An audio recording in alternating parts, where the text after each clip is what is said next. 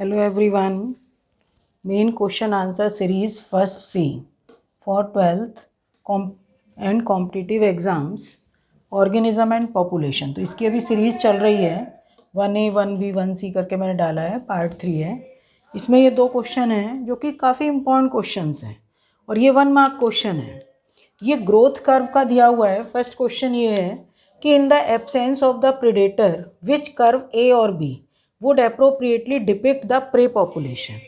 अब इसमें देखो, अभी तुम लोग, मैंने इसकी वीडियो नहीं बनाई है इस चैप्टर की, पर ये वाला जो ग्रोथ कर्व है ये है एक्सपोनेंशियल ग्रोथ कर्व. ये है एक्सपोनेंशियल ग्रोथ कर्व. ठीक है. अब इसके अंदर जो दूसरा है ये है सिग्मॉइड. सिग्मॉइड कर्व है ये.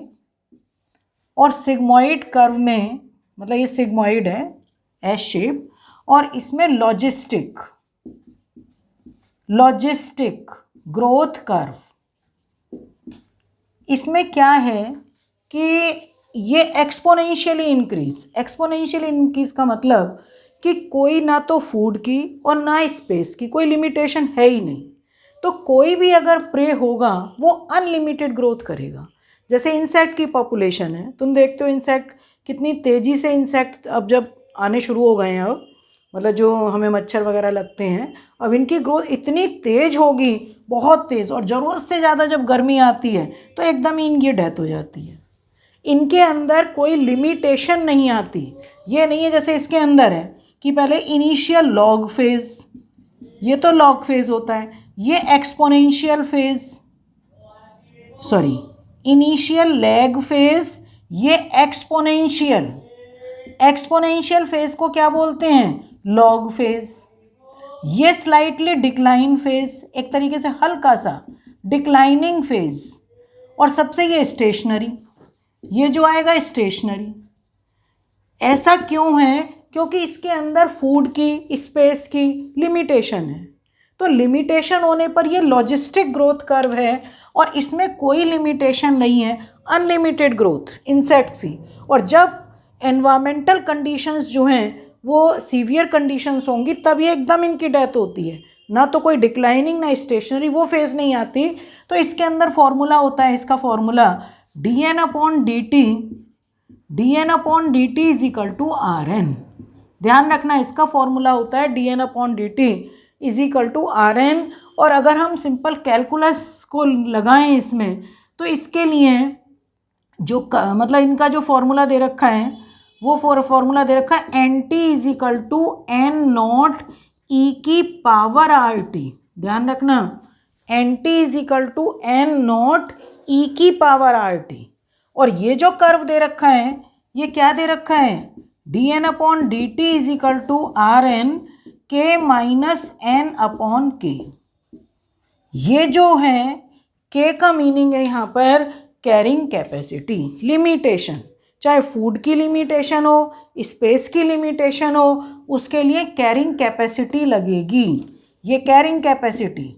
और अगर अनलिमिटेड है तो कैरिंग कैपेसिटी है ही नहीं, लिमिटेशन है ही नहीं. तो ये इन द एब्सेंस ऑफ प्रीडेटर, अगर कोई प्रीडेटर है नहीं है उसको खाने वाला, तो कौन सा कर्व होगा? आंसर क्या होगा इसका? ए.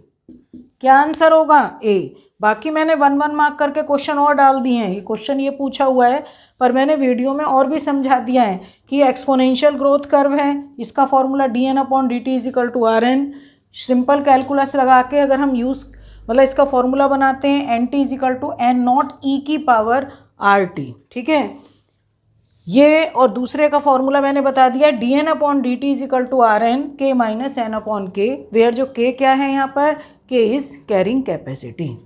अब ये दूसरा क्वेश्चन है. क्वेश्चन नंबर 2 दे रखा है कि इन द पिक्चर प्रोवाइडेड, ये पिक्चर दे रखी है, what is the relationship between 1 and 2 with respect to population interaction and between 3 and 4 with respect to trophic level. ठीक है.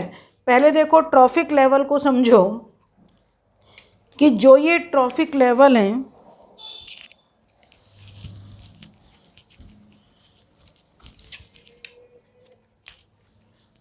अगर हम इकोसिस्टम में फैक्टर्स को देख रहे हैं, इकोसिस्टम के अंदर होता है बायोटिक फैक्टर.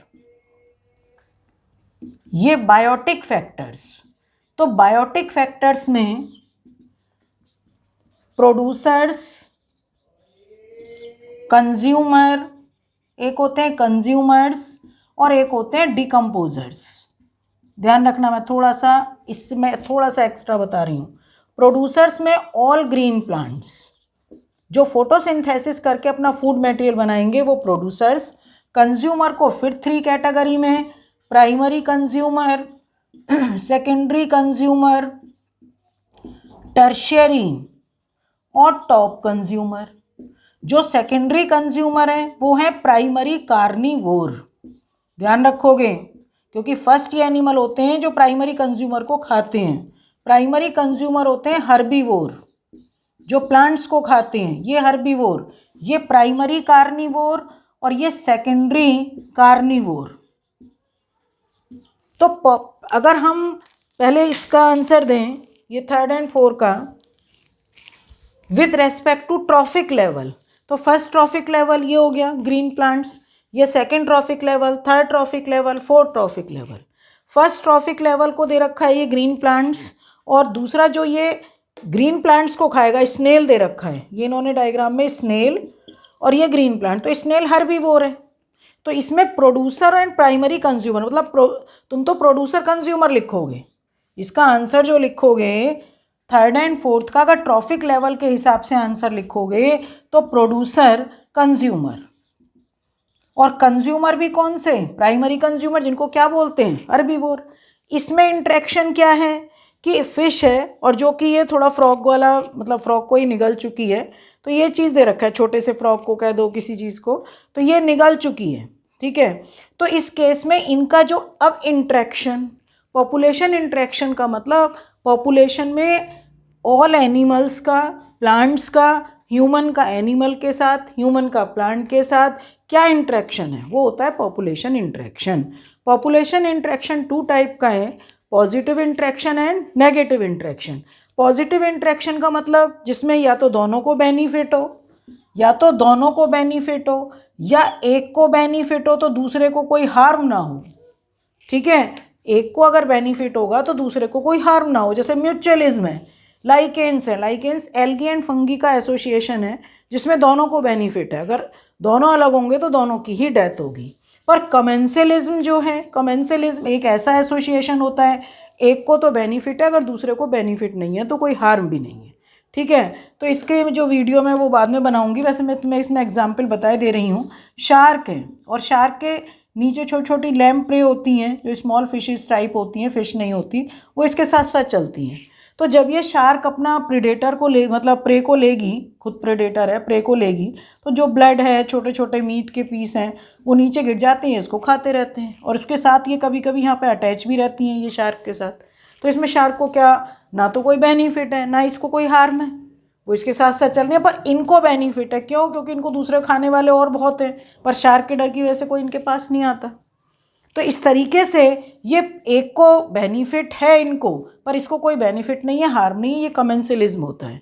बहुत सारे एग्जाम्पल है एनसीईआरटी में, वो मैं बाद में बताऊंगी। यहाँ जो नेगेटिव इंट्रैक्शन होता है, नेगेटिव इंट्रैक्शन में कंपटीशन भी है, प्रेडेशन भी है, पैरासिटिज्म भी है, बहुत सारे हैं। पर यहाँ जो एग्जाम्पल है वो किसका है? प्रेडेशन का। एक को प्रेडेशन को, एक को बेनिफिट है तो दूसरे को हार्म है। तो इसमें प्रेडेशन प्रे रिलेशनशिप, ठीक है, प्रेडेशन प्रे रिलेशनशिप किस किस में है? Between 1 and 2। तो इस तरीके से इस वीडियो में मैंने कई 1-1 मार्क क्वेश्चन, बहुत सारे 1-1 मार्क क्वेश्चन तुम्हें बता दिए हैं, जो कि कई बार मतलब पूछ ही लेते हैं किसी ना किसी फॉर्म में, ठीक है बेटा। इस वीडियो में बस इतना ही। Okay, thank you.